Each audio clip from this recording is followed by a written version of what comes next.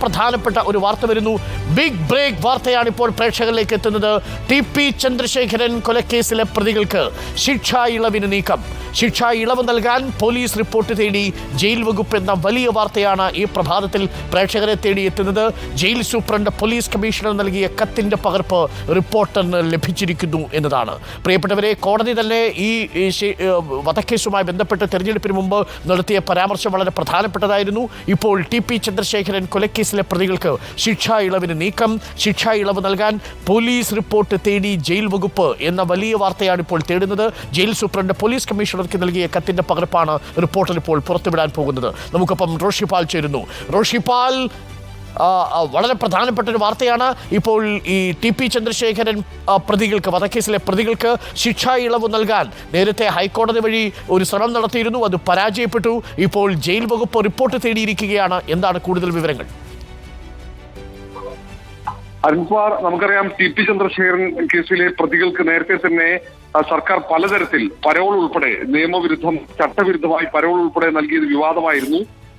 ഇപ്പോൾ ഏറ്റവും ഒടുവിൽ ഈ കേസിലെ പ്രതികളായ 3 പേർക്കാണ് ഇപ്പോൾ ശിക്ഷാ ഇളവ് നൽകാനുള്ള തീരുമാനത്തിലേക്ക് എത്തുന്നത്. അതിന്റെ ഭാഗമായി ജയിൽ സൂപ്രണ്ട് സിറ്റി പോലീസ് കമ്മീഷണർക്ക് നൽകിയ കത്താണ്. കത്തിൽ അന്വേഷിച്ച് ഈ പ്രതികളായ 3 പേരുടെ കുടുംബ പശ്ചാത്തലം, അവരുമായി ബന്ധപ്പെട്ട മറ്റെന്തെങ്കിലും കേസുകളുണ്ടോ, അതടക്കമുള്ള വളരെ വിശദമായ കാര്യങ്ങൾ റിപ്പോർട്ട് സമർപ്പിക്കണം എന്ന ഒരു നിർദ്ദേശമാണ് ജയിൽ സൂപ്രണ്ട് ഇപ്പോൾ സിറ്റി പോലീസ് കമ്മീഷണർക്ക് നൽകിയിരിക്കുന്നത്. ആ കത്തിന്റെ, സിറ്റി പോലീസ് കമ്മീഷണർക്ക് നൽകിയ കത്തിന്റെ പകർപ്പാണ്.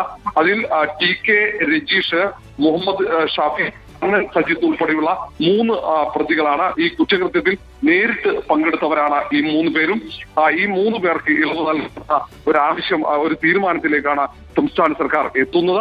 രാഷ്ട്രീയ തീരുമാനമാണ്. അത് നടപ്പിലാക്കുന്നതിന്റെ മുന്നോടിയായി തന്നെയാണ് ഇപ്പോൾ ജയിൽ സൂപ്രണ്ട് കമ്മീഷണർക്ക് കത്ത് നൽകിയിരിക്കുന്നത്. നമുക്കറിയാം, ജയിലിനകത്ത് മൊബൈൽ ഫോൺ ഉപയോഗിച്ചതടക്കം നിരവധി തവണ ജയിലിനകത്ത് വലിയ പ്രശ്നങ്ങൾ ഉണ്ടാക്കുകയും ടി.പി. ചന്ദ്രശേഖരൻ കേസിലെ പ്രതികൾ ചെയ്തിരുന്നു. പലതരത്തിൽ ജയിലിനകത്ത് പ്രശ്നങ്ങൾ ഉണ്ടാക്കുകയും ഒപ്പം തന്നെ ഈ മൊബൈൽ ഫോണിലടക്കം സംസാരിക്കുകയും ചെയ്തടക്കം ഒട്ടേറെ വിവാദങ്ങൾ ഈ ടി.പി. ചന്ദ്രശേഖരൻ കേസ് പ്രതികൾ നടത്തിയിരുന്ന അത്തരത്തിലുള്ള പ്രശ്നങ്ങൾ ഉണ്ടാക്കുന്ന ആളുകൾ കൂടിയാണ്.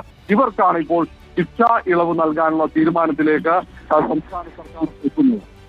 മുഹമ്മദ് ഷാഫി, അണ്ണൻ സജിത്ത്, ഈ 3 പേർക്കാണ് ഇപ്പോൾ ശിക്ഷാ ഇളവ് നൽകാനുള്ള നീക്കം വന്നിരിക്കുന്നത്. അത് സർക്കാർ തീരുമാനമാണ്, രാഷ്ട്രീയ തീരുമാനമാണ് എന്നത് വ്യക്തമാണ്. ജയിൽ സൂപ്രണ്ട് പോലീസ് കമ്മീഷണർക്ക് ഇപ്പോൾ റിപ്പോർട്ട് തേടിക്കൊണ്ട് കത്തയച്ചിരിക്കുന്നു എന്ന വാർത്തയാണ് പ്രേക്ഷകരിലേക്ക് എത്തുന്നത്.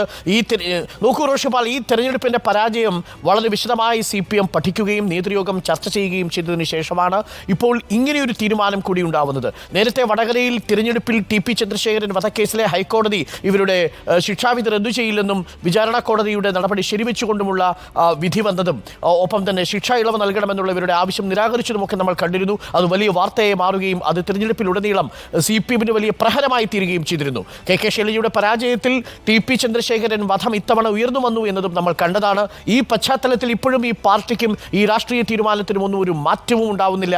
ടി.കെ. രജീഷിനും മുഹമ്മദ് ഷാഫിക്കും അണ്ണൻ സജിത്ത് അടക്കമുള്ള കുറ്റവാളികൾക്ക് ശിക്ഷാ ഇളവിന് നീക്കം നൽകുമ്പോൾ എന്തു സന്ദേശമാണ് നൽകുന്നതെന്നൊരു ചോദ്യം കൂടി ഉണ്ടാവുന്നു ഇപ്പോൾ.